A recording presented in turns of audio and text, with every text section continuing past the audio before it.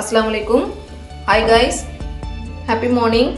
இன்னைக்கு நான் என்ன பண்ண போறேன்னா சக்கரவள்ளி கிழங்கு சப்பாத்தி செய்யலாம்னு இருக்கேன். அதனால ஃபர்ஸ்ட் சொன்ன முதல்ல டீ குடிச்சாதான் எந்த வேலையும் ஓடும். அதே மாதிரி என் பொண்ணுக்கு பால் சூடு பண்ணி குடிச்சிட்டோன்னு தான் அவ வேலையை அவ பாப்பா. அதனால முதல்ல பால் காசு அவளுக்கு கொடுத்துட்டு நான் டிஃபன் ரெடி பண்ணலாம்னு இருக்கேன்.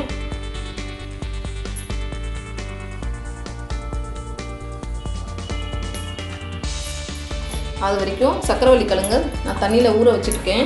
மண்டெல்லாம் போட்டோம் அப்படின்ட்டு. காய்கறியெல்லாம் எடுத்து வச்சாச்சு. பீன்ஸு கேரட் எல்லாமே எடுத்து வச்சுட்டேன். இப்போது டீ குடிச்சாதான் எந்த வேலையும் ஓடும் எனக்கு. இப்போ குக்கரில் அந்த சக்கரவள்ளி கிழங்கு நான் வச்சுட்டேன். நல்ல தண்ணியிலே போட்டு நீங்கள் விசில் வரைக்கும் 5 விசில் 6 விசில் வரைக்கும் நீங்கள் அப்படியே வைங்க. நல்லா வெந்தாதான் அது நல்லாயிருக்கும்.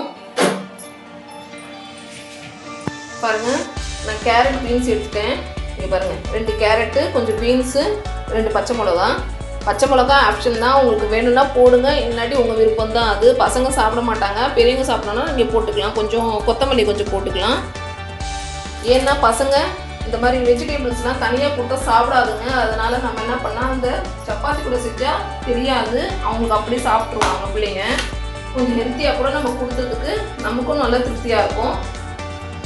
இது 5-6 விசில் வரட்டும். அது வரைக்கும் நான் இது கட் பண்ணிட்டு வந்துடுறேன்.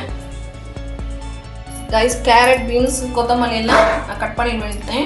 இப்போ பாருங்கள், மாவு கூட 1 கிலோ மாவு நான் ஜலிச்சு வச்சுருக்கேன். குக்கரில் நம்ம என்ன பண்ணியிருக்கோம்னா சக்கரவள்ளி கிழங்க நம்ம நல்லா வேக வச்சுட்டோம். நல்லா 6 விசில் வந்துடுச்சு. அது ப்ரெஷர் அடங்கிடுச்சான்னு நம்ம பார்க்கலாம். இப்போ பாருங்கள், ப்ரெஷர் போயிடுச்சு. நம்ம ஓப்பன் பண்ணி பார்க்கலாம். இப்போ பாருங்கள், மாவில் பிசைகிறதுக்கு நல்லா வெந்துடுச்சு. எதுக்கு நல்ல தண்ணியில் நான் வேக வைங்க என்னென்னா, அந்த தண்ணி கூட நம்ம வேஸ்ட் பண்ணக்கூடாது. அதில் இருக்கிற ஸ்ட்ரென்த்து கூட பிள்ளைங்களுக்கு நமக்கு சேரும். அதனால தான் அந்த தண்ணி ஆறட்டும். தனியாக தண்ணி இறக்கி வச்சுட்டு அதை ஆற வச்சிடணும். அதுக்கு சைடிஷ்ஷாக நான் இன்றைக்கி சப்பாத்திக்கு என்ன சைடிஷ் பண்ண போகிறேன்னா சிறுபருப்பு குருமா பண்ண போகிறேன். அதுக்கு 2 வெங்காயம், 2 தக்காளி, கொத்தமல்லி, 2 லவங்கம், 2 பட்டை, 3/4 கப்பு சிறுபருப்புக்கு இந்த அளவு. அதே மாதிரி தேங்காய் கூட பாருங்கள், 2 பத்து தேங்காய், கொஞ்சோண்டு சோம்பு, இதில் 2 லவங்கம் போட்டு அரைச்சிடலாம். பாருங்கள் கைஸ், நான் சொன்னேன் இல்லையா, பாட்டு டீ கடைக்காரனா காலையிலே போட்டுருவார்.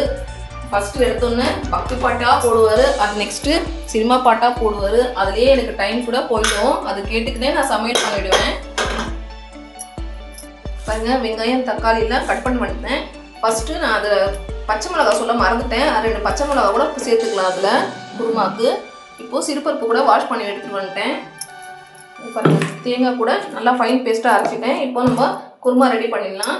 சக்கரவள்ளி கிழங்கு ஆறிட்டே இருக்குது. அது கொஞ்சம் நேரம் ஆறினா தான் பிசைறதுக்கு நல்லாயிருக்கும். சூட்டில் நம்மளால் செய்ய முடியாது.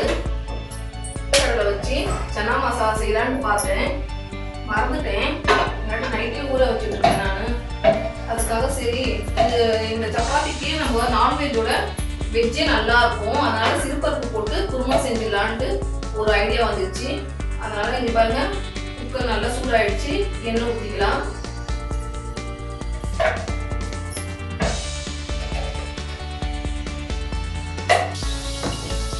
பாருங்கள், எண்ணெய் சூடாகிடுச்சு. நம்ம எடுத்து வச்சுக்க லவங்க பட்டை போட்டுட்டு வெங்காயம் முதல்ல போட்டுக்கலாம்.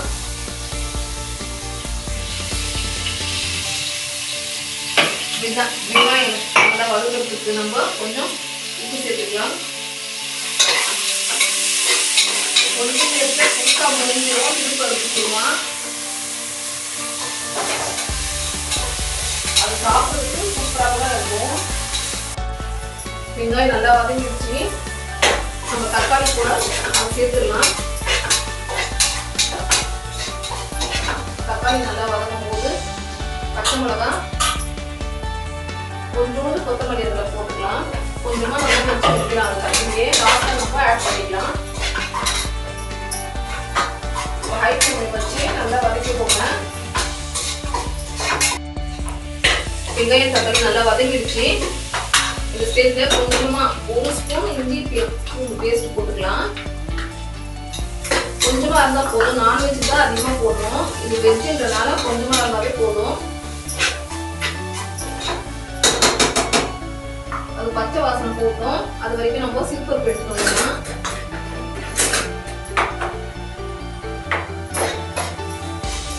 நல்லா வதங்கிடுச்சு, வெங்காயம் தக்காளிலாம் நல்லா வதங்கிடுச்சு, இஞ்சி பூண்டு பேஸ்ட்டும் பச்சை வாசனை போயிடுச்சு. நம்ம சிறுபருப்பை சேர்த்துக்கலாம்.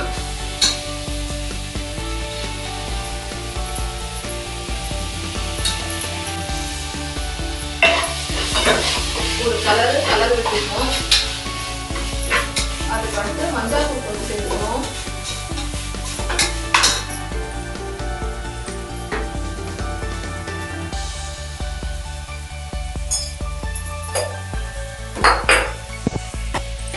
அதுக்கடுத்து மிளகாத்தூள் கொஞ்சம் 2 ஸ்பூன் நான் சேர்த்துருக்கேன். உங்களுக்கு காரம் எவ்வளோ வேணுமோ அவ்வளோ சேர்த்துக்கலாம். இதுவும் நல்லா மிக்ஸ் பண்ணி விட்டுட்டு குயிக்காக சிறுபருப்பு குருமா சீக்கிரமாக செஞ்சிடலாம். ரொம்ப ஈஸியாக. ஏன்னா பசங்க ஸ்கூலுக்கு போகிறதுக்கு காலேஜ் போகிறதுக்கு சீக்கிரமாக செய்ய முடியும் இது. அதுக்கப்புறம் தேங்காய் நம்ம அரைச்சி வச்சிருக்க தேங்காவை அதில் சேர்த்துக்கலாம்.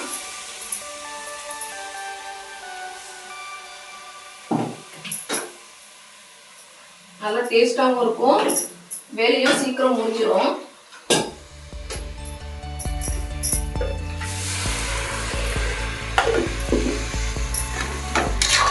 பாருங்க, நல்லா கலந்து விட்டுக்கோங்க. கொஞ்சம் தண்ணியாவே வச்சா அது இன்னும் குக் ஆகிறதுக்கு கொஞ்சம் 2 விசில் விடுங்க, இல்லை 3 விசில் கூட விடலாம். அது குருமாவுக்கு நல்லா சிறுபருப்பு வெந்தாதான் நல்லா இருக்கும்.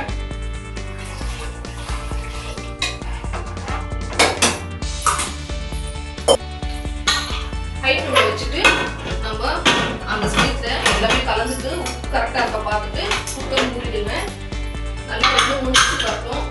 அதுக்கப்புறம் பார்த்துக்கலாம். அது வரைக்கும் நம்ம ஆறி வச்சுட்டு சக்கரவள்ளி கிழங்கு ஆறிடுச்சா நம்ம பார்த்து எல்லாமே மாவு பிசைஞ்சிக்கலாம். இப்போ எடுத்து வச்சுக்க மாவுல நம்ம கொஞ்சம் சால்ட் போட்டுக்கலாம். சால்ட் போட்டாச்சு. நெக்ஸ்ட் கொஞ்சம் மஞ்சள் தூள் போட்டுக்கலாம்.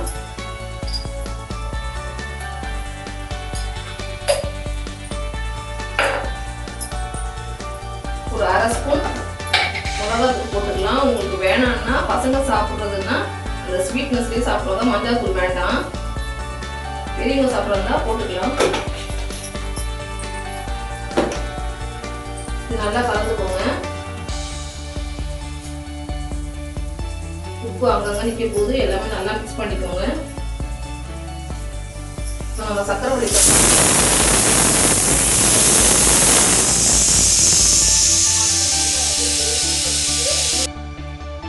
நம்ம வேக வச்சிருந்த சக்கரவள்ளி கிழங்கு அதில் மிக்ஸ் பண்ணிக்கலாம்.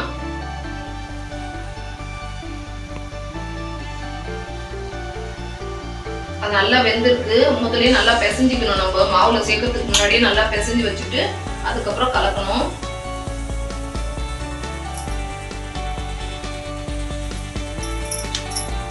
மாவோட நல்லா மிக்ஸ் பண்ணிக்கோங்க. ரொம்ப தண்ணிலாம் இதுல ஊத்த வேணாம், அது நல்லா சாஃப்டா வந்துடும். ரொம்ப தண்ணி ஊத்துனா அதுலேயே நம்மளுக்கு செய்யறதுக்கு ரொம்ப கஷ்டமாயிடும், ஒட்டிக்கும். அப்படியே அது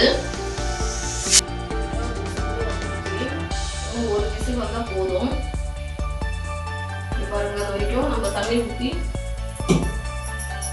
நம்ம வேக வச்சிருந்தோம் இல்லையா, சக்கரவள்ளி கிழங்க வேக வச்சிருந்தோம் இல்லையா, அதே தண்ணியை ஆற வச்சு அதுலயே கலந்துக்கலாம்.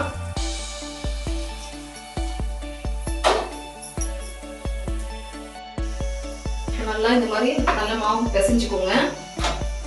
இந்த ஸ்டேஜ்ல நம்ம கட் பண்ணி வச்சிருக்க கேரட், பீன்ஸ் எல்லாம் நம்ம அதில் மிக்ஸ் பண்ணிடலாம்.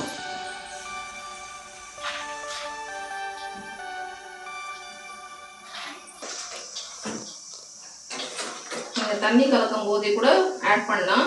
நான் மாவு நல்லா கலக்கிட்ட அப்புறம் தான் இதில் ஆட் பண்ணுவேன். அந்த கொத்தமல்லி எல்லாமே நீங்கள் அதிலே மிக்ஸ் பண்ணிக்கோங்க.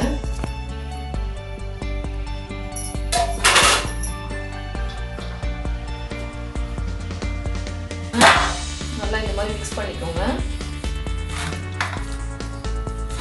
நல்லா மிக்ஸ் பண்ணி பிசைஞ்சு வச்சுக்கிட்டா நல்லா சாஃப்டாகிடும். ரொம்ப தண்ணிலாம் ஊற்றாதீங்க, ஆயில் கூட ஊற்றாதீங்க. நம்ம குக் பண்ணும்போது ஆயில் ஊற்றினா போதும். பாருங்க, இப்பவே எவ்வளோ சாஃப்டா இருக்கு பாருங்க. இது ஒரு பக்கம் அப்படியே இருக்கட்டும். நம்ம சிறுபருப்பு குருமா ரெடி ஆயிடுச்சான்ட்டு பார்க்கலாம். 3 விசில் போயிடுச்சு. இப்போ ஓப்பன் பண்ணி பார்க்கலாம். இங்கே பாருங்கள் குருமா ரெடி ஆகிடுச்சு. இதை அப்படியே மூடி வச்சிடலாம். பாருங்கள் பிசைஞ்சு வச்சுருக்க மாவெல்லாம் நான் இந்த மாதிரி சின்ன சின்ன உருண்டையாக ரெடி பண்ணி வச்சுட்டேன்.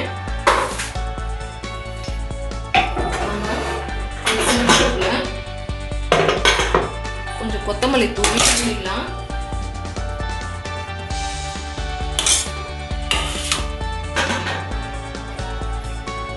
இப்போ நம்ம எடுத்து வச்சிருக்க உருண்டையை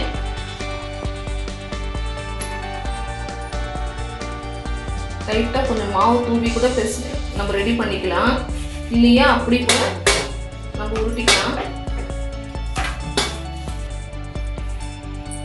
தவா ஸ்டவ்ல வச்சுட்டோம். அது நல்லா சூடாகட்டும்.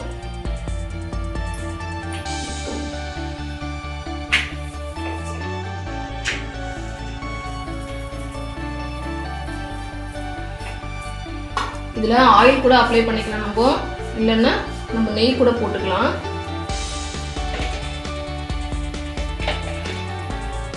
நான் இன்னைக்கு நெய் காலி ஆயிடுச்சு, அதனால ஆயில் தான் போட்டுக்கிறேன்.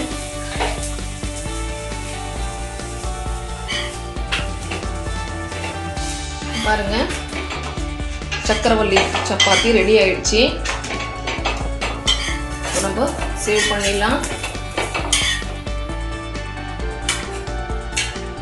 நம்ம பரோட்டாக்கு அடிக்கிற மாதிரி கூட அடிச்சிக்கலாம். இல்லைன்னா கூட அப்படியே கூட நம்ம போட்டுக்கலாம். ஒரு பிளேட்டுக்கு மாதிரி இல்லை. நம்ம குருமாவும் ரெடி ஆயிடுச்சு, சப்பாத்தியும் ரெடி ஆயிடுச்சு. இப்போ இதில் நாங்கள் ஃபேமிலியோட சாப்பிட போகிறோம்.